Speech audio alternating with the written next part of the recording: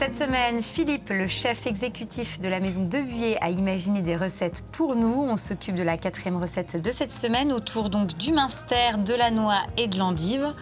Qu'est-ce que tu vas faire avec ça, Philippe? C'est quoi l'idée? Vraiment, l'idée, c'est un plat vraiment très simple. Les endives, je les ai émincées, je les ai effeuillées et après émincées. Je vais simplement les faire à peine tiédir, à peine tomber dans de l'huile de noix tiède avec quelques noix concassées dedans. D'accord. Tu revisites le plateau de fromage. Voilà. Je vais dire ça comme ça, mais ça peut être une alternative de cette recette-là. Au lieu de sortir le traditionnel plateau de fromage, on part là-dessus. C'est ça le principe. Tout à fait. D'accord. Mon minster, j'ai coupé quelques cubes pour la décoration après. Toutes mes parures, je vais les faire fondre dans... Là, c'est pour alléger, Valentine. D'accord. Si on veut, j'expliquerai l'alternative. Là, c'est un petit peu de bouillon de poule, du fond blanc. Je vais le faire fondre dedans avec un peu de crème. D'accord. L'alternative, si on veut faire un peu moins léger, on met que de la crème et le minster. Et on va l'émulsionner et on va dresser ça gentiment. D'accord. Donc on aura une espèce d'émulsion de minster, des petits carrés de minster et puis cette petite tombée d'endives. On commence par justement ces endives. Voilà. Donc je vais juste mettre mon feu à moitié. D'accord. Donc là, tu es sur une huile de noix. D'accord. Si on veut, si on n'aime pas les noix et tout ça, on peut remplacer par une julienne de carotte avec de l'huile d'olive et un peu de cumin, ça ira très bien avec. Il ne faut pas trop la faire chauffer, c'est vraiment... Ouais, donc c'est très rapide. Voilà, ça va être vraiment très rapide. Je vais rajouter quelques noix pour le côté craquant. D'accord, tu les casses grossièrement. Voilà, juste casser comme ça. Le minster étant naturellement salé, les fromages sont salés. Oui. Je vais juste mettre du poivre. Oui, ça suffira largement.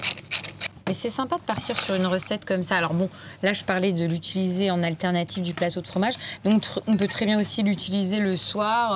Voilà, en petite recette. Voilà, si on peut le faire un peu plus gros viande, et en recette sans viande. Ça peut être une petite entrée sympathique. On peut changer avec d'autres fromages qui se fondent pareil. Donc là, je fais bouillir donc ton fond.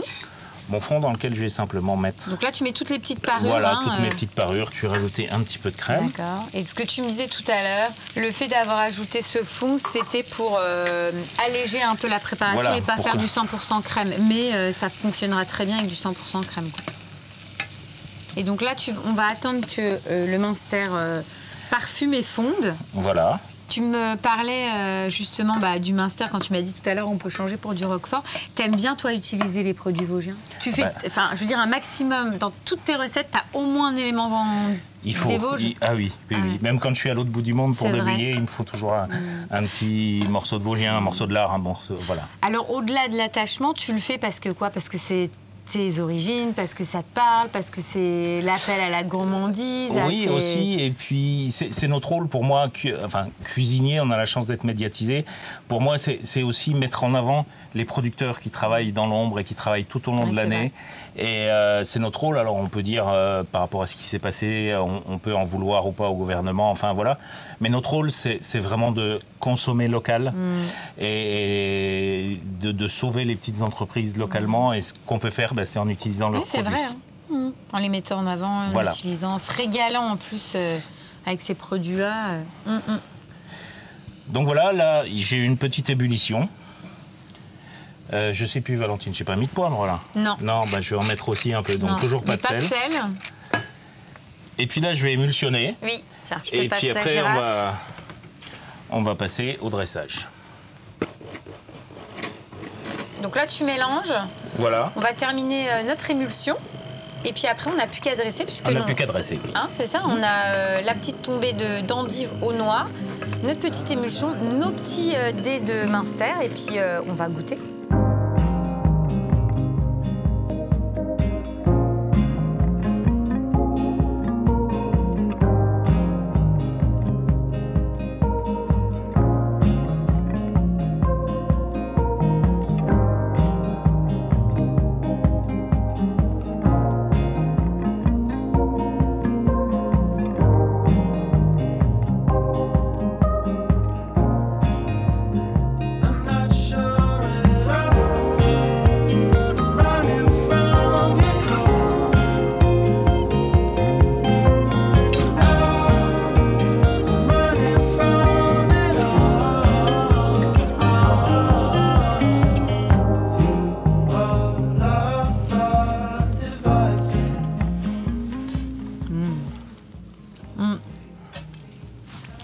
C'est top parce que on est vraiment sur le goût de fromage, voilà, l'endive, la noix, tous ces codes qui nous rappellent finalement le moment où on mange du fromage.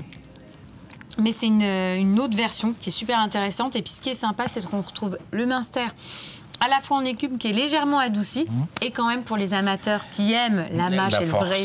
Et la force du Münster, ils ont quand même le Münster en vrai. Donc c'est top, ça fait vraiment le job. Et pareil, ce qui est bien avec un bon pain de campagne, tu te manges les petits bouts de Münster, puis après tu sauces. Et je pense que là, ouais, tu te régales. Donc vraiment, c'est une belle recette.